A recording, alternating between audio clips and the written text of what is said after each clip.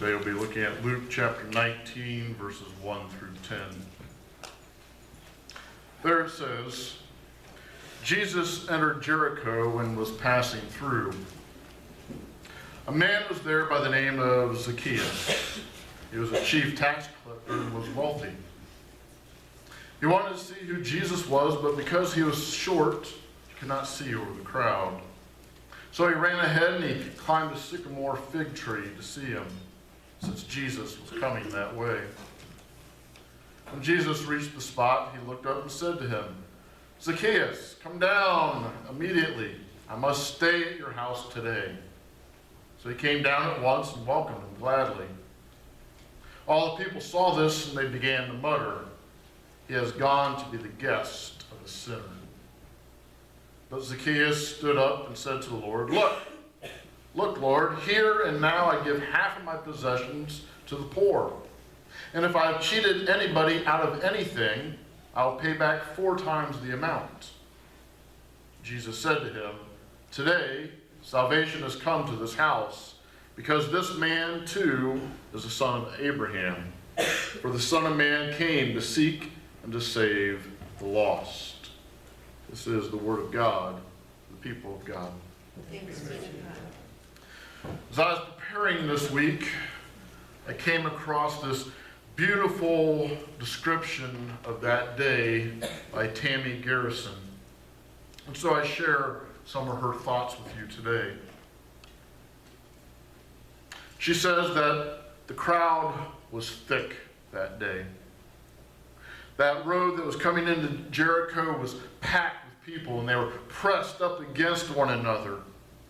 They were there because word had come that Jesus of Nazareth was coming to their village. Now, Jesus had earned quite a reputation lately. People were talking about how he had healed many, how he had restored their bodies and made it possible for them to work and earn a living again, to be amongst their families again. And those things that Jesus was saying made one believe that things could be different, that life could be different, that one could have a hope for a better tomorrow.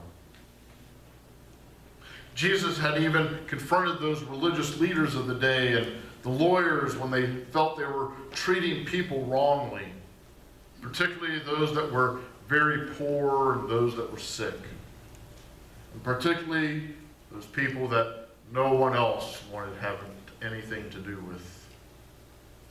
Our friend Zacchaeus was one of those people. No one wanted anything to do with him. They had a name for his type of person, and that was traitor. Zacchaeus, he had the despicable job of being a tax collector. Now, in those days, the emperor, he needed funds for his army. He needed to clothe and feed his soldiers. He had to have funds in order to increase his holdings in his territories, to maintain occupying troops in order to keep peace in those occupied areas. So the emperor would tax those who hated and despised the presence of the Romans.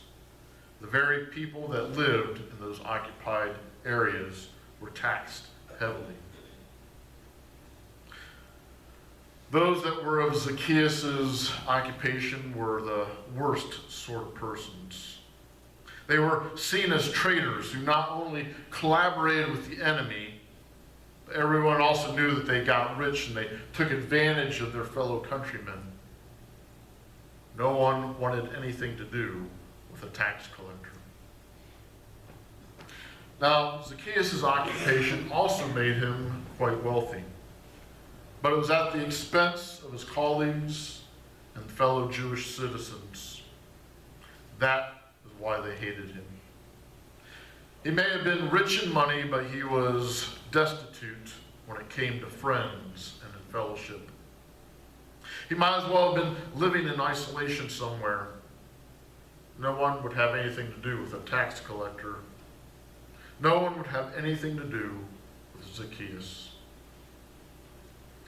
Well, he made his fortune off of others. He Reputation, it was tarnished. It was ruined. No one would have anything to do with him. Not now, not ever. Well, that day that Jesus was coming to Jericho, the people lined the streets. Several had seen the miracles that he had performed. Many had heard him speak. Throughout the crowd, there was this excited buzz about the approach of Jesus. People couldn't wait to catch a glimpse of him. They crowded together and they pushed against one another. Now, Zacchaeus, he had heard these stories also. He wondered if they were true about what Jesus did. Some of those people's lives, he heard, they had been completely changed. The healings they had experienced was transformative to their situation in life. He also thought about the people that were just like him. He thought about the other tax collectors. He thought about other people called sinners who Jesus had gotten a reputation for associating with. He wondered, would Jesus have anything to do with me? Now I can see Zacchaeus' isolation and his desperation. In his mind, he just had to check out Jesus. He had to find out for himself if what he was hearing was really true.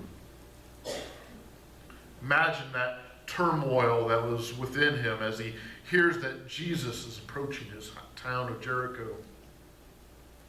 All he can think about is seeing Jesus. To be able to look into his eyes,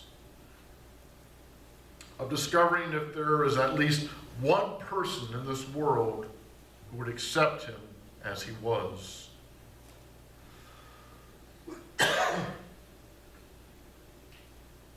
But it seemed it wasn't meant to be.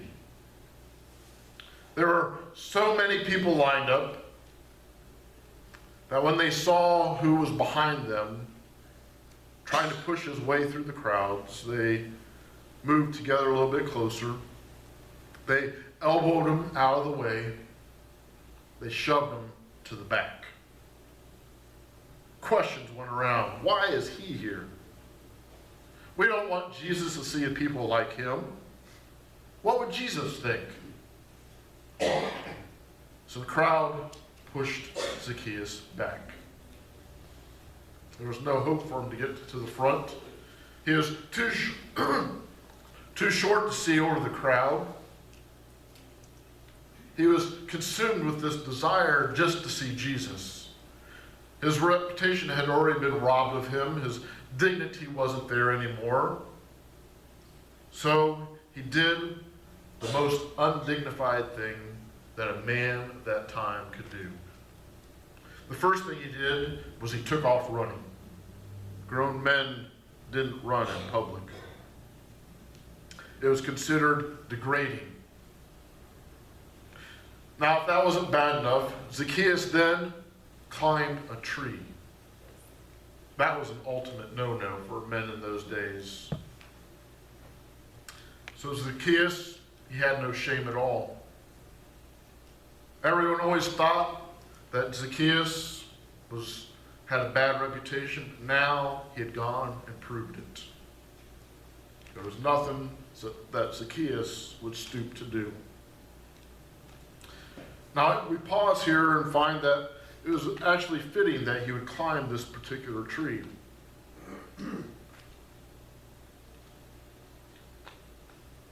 The sycamore tree was not the typical one that we think of today.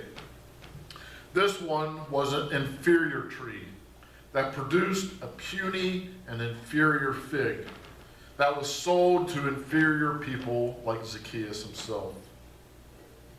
If there was ever any tree that Zacchaeus could have chosen, this was definitely the right one. But then an amazing thing happens. Just then, down the road, the noise of the crowd gets louder. Jesus is finally coming by. Everyone forgot about this traitor Zacchaeus, and they began looking for Jesus to come.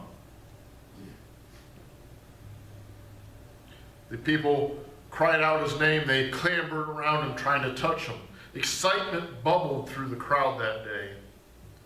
As Jesus made his way into Jericho, he saw the most peculiar sight he ever seen.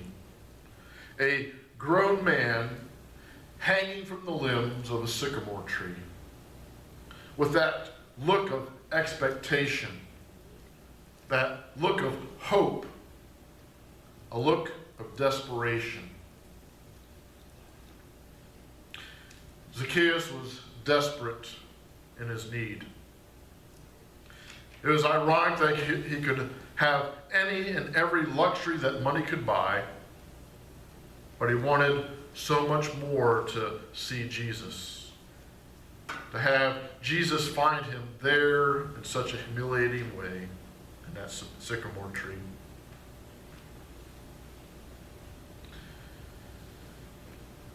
Once Jesus saw him, he made his way to that sycamore tree. As they got closer, he never took his eyes off of Zacchaeus. The cheers of the crowd must have grown silent. And as Zacchaeus began to realize that Jesus was making his way towards him, his eyes must have gotten wider, his breath a little bit faster, his grip on the branches a little tighter. And when Jesus reached the foot of that sycamore tree, he looked right at him and he called him by name. He said, "Zacchaeus, hurry and come on down, for I must come to your house today." Can you imagine? Jesus knew him by name. I think that Jesus also knew those deepest wrongs, and he knew Zacchaeus' deepest desires. Now, Zacchaeus and the crowd couldn't believe their ears. It's true. What people were saying was true. Jesus did eat and hang out with sinners and people that no one else liked. Jesus had just said that he was going home with Zacchaeus that day. Now, from the way that Luke tells this story, he makes it sound like Zacchaeus' life was dramatically and instantly transformed. We begin to see a very different Zacchaeus from that traitorous tax collector that we first met. When Zacchaeus took Jesus to his house that day, transformation began. Jesus changed the person Zacchaeus and made him change his ways in which he interacted with other people. Zacchaeus became very generous, a person of integrity. Jesus had given him back his worth, given him back his dignity. Jesus told him that today, salvation has come to this house. So Zacchaeus, who was once lost in the world, was now found and saved by Jesus. This transformative power of Jesus can change the life of one sinner, of an outsider, a person like this tax collector, into a person with restored hope and a vision for the future. Jesus can do the very same thing for any one of us here today. Now, as we look at this story, maybe we are seeing ourselves as Zacchaeus. Maybe now or sometime in our life, we've been in that sycamore tree. We've been looking for Jesus, and we don't know what we'll find. But I also think a lot of times that we're part of that crowd that was there that day. There are times when we encounter people who are vastly different than we are. People are considered to be outsiders. Sometimes we are those people in that crowd that look up at Zacchaeus in that sycamore tree or elbow him out of the way. Zacchaeus' story reminds us of that part of who we are. His story reminds us that someone is always in that sycamore tree, hoping and praying not to be an outsider anymore, hoping to find meaning and purpose to life. Zacchaeus' story reminds us to be looking out for those individuals.